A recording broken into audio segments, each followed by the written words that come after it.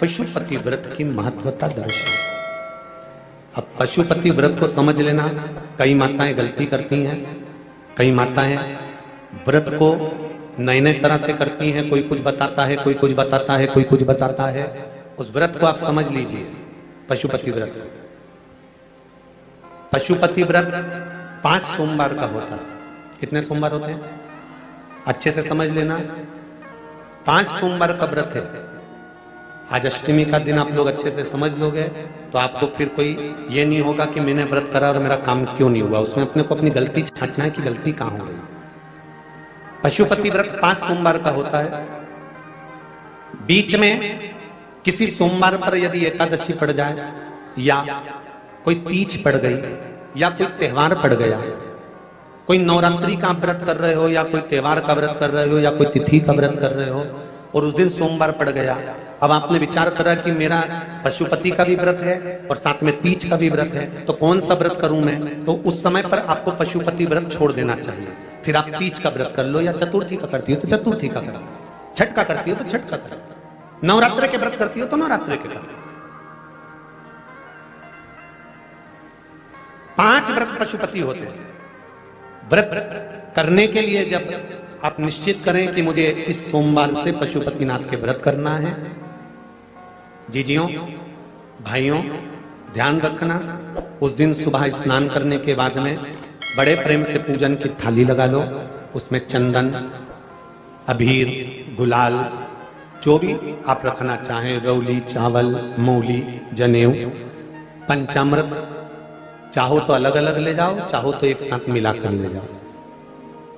भगवान शंकर की पूजन करो सुबह के समय पर और शिव जी का पूजन कर कर, आराधना कर कर भगवान शंकर से प्रार्थना करो, हे शिव जी, हे ओगड़दानी, हे त्रिकालदर्शी, हे कैलाशी, अविनाशी, आज से मैंने पशुपति व्रत प्रारंभ करे। बाबा मेरा ये व्रत इस कार्य के लिए मैं कर रही हूं, आप स्वीकार करना। बाबा को निवेदन करना। पूजन का सामान थाली में उतना लेकर जाना कि सुबह भी काम आ जाए और शाम को भी काम आ जाए। अलग से पूजन का साहित्य में शाम को अलग से नहीं रखना। थाली में उतना ही रख के ले जाओ जितना सुबह भी काम आए और शाम को भी काम। बाबा को निवेदन कर कर पूजा की थाली वापस ले आओ। शाम के समय पर घर में मीठा बनाओ, 6 दिए रखो थाली के अंदर घी के, और दिए रखकर मीठा ले जाकर मंदिर में पूजन करो। शाम को स्नान कराने की जरूरत नहीं, पंचामृत स्नान की जरूरत नहीं है। शाम को तो केवल जल का छींटा दे दो, पंचामृत का छींटा दे दो, बाबा की पूजन करो। पूजन कर कर प्रसाद के पहले 3 हिस्से करो। 3 हिस्से करने के बाद फिर आप दिया लगाइए। फिर बाबा को कितने दिए लगाना है? जम के बोलो, 5 दिए लगाना है आपको शंकर भगवान। 5 दिए लगाइए, एक एक दिया जलाते जाएं और शंकर भगवान से पहले सोमवार को दिया जलाते समय अपने हृदय की बात कहते जाएं। 5 दिए पूरे हो जाएं। छठा दिया जलाना नहीं है, उसको थाली में वापस रख लेना। दिए को थाली से नीचे उतारना जरूर। कौन से दिए को? जम के बोलो जरा। छठे दिए को मंदिर में उतारना जरूर और फिर वापस थाली में रख लेना है। प्रसाद 2 हिस्से मंदिर में छोड़ना है, 1 हिस्सा थाली में रख के ले आना है। पूजन कर कर बाबा को निवेदन कर कर वापिस आइए। शाम को जब घर में प्रवेश करो, सीधे हाथ की ओर घर में अंदर जाते समय अपना जो राइट हैंड हो, अपना जो सीधा हाथ हो, उस ओर बैठो और बैठने के बाद उस दिए को प्रकट कर लो, प्रज्वलित कर लो। वहां पर भी शिव जी से प्रार्थना करो, हमारा यह कार्य है सफल करिएगा। बाबा से निवेदन करके घर के अंदर प्रवेश कर जाओ। भोजन जब जीमने के लिए बैठो, भोजन करने के लिए बैठो, सबसे पहले जो प्रसाद लेकर आए हो उस प्रसाद को खाइए। जो प्रसाद आप लेकर आए उस प्रसाद में से किसी को नहीं देना है आपको, अकेले खाना। उतना ही प्रसाद लेकर जाना जितना खब जाए, छोड़ना भी नहीं। सबसे पहले प्रसाद खाइए, उसके बाद में भोजन करिए।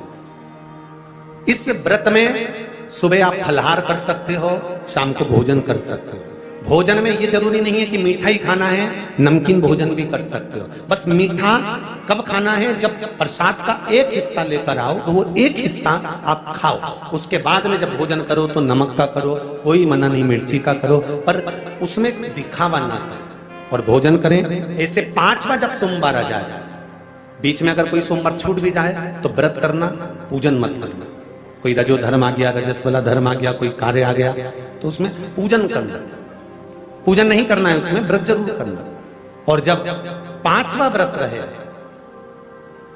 और 5वां व्रत जब रहे तो उस 5वें व्रत में जब सुबह पूजन कर आओ, शाम को पूजन करो, तो शाम को भगवान पर 108 या तो चावल के दाने, मूंग के दाने या बेलपत्र या फूल की पत्ती, जो भी 108 चढ़ा सकते हो, भगवान को चढ़ाकर एक श्रीफल 11 रुपए उस पर रखकर शिव जी से निवेदन कर कर घर पर आ जाइए, दिया लगाइए और बाबा से निवेदन कर कर प्रसाद पाइए। अगर नियम से कर लिया तो मेरा विश्वास कहता है 5 सोमवार के अंदर ही आपका काम हो जाएगा, 5वें तक पहुंचोगे।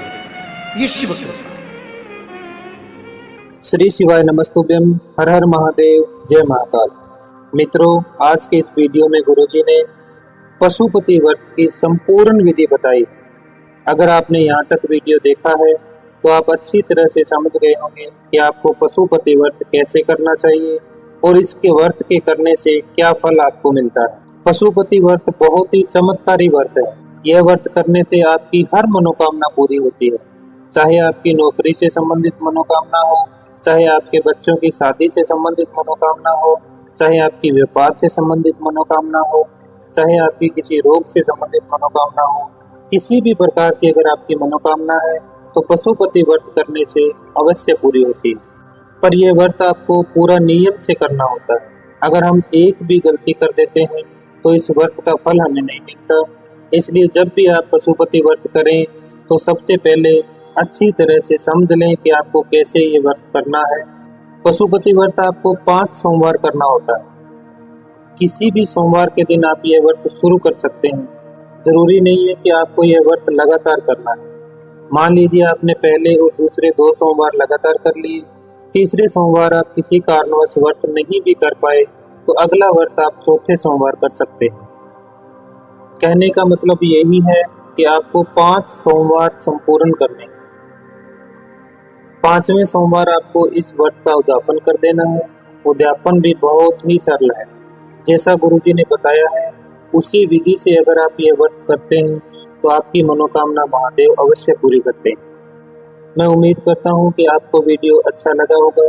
अगर वीडियो पसंद आया तो वीडियो को लाइक करें और कमेंट में महादेव के नाम का एक जयकारा जरूर लगाएं।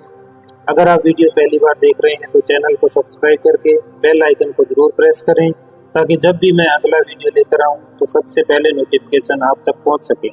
और अंत में आप सबसे यही कहूंगा कि अगर गुरुजी द्वारा बताए गए किसी भी उपाय से आपको लाभ हुआ है तो कमेंट में पूरी डिटेल के साथ जरूर बताना, जिससे दूसरे लोगों को भी पता लगे कि किस उपाय से क्या लाभ होता है। आज के वीडियो में इतना ही। मिलते हैं किसी अगले वीडियो में नए उपाय के साथ। श्री शिवाय नमस्तुभ्यम, हर हर महादेव, जय महाकाल।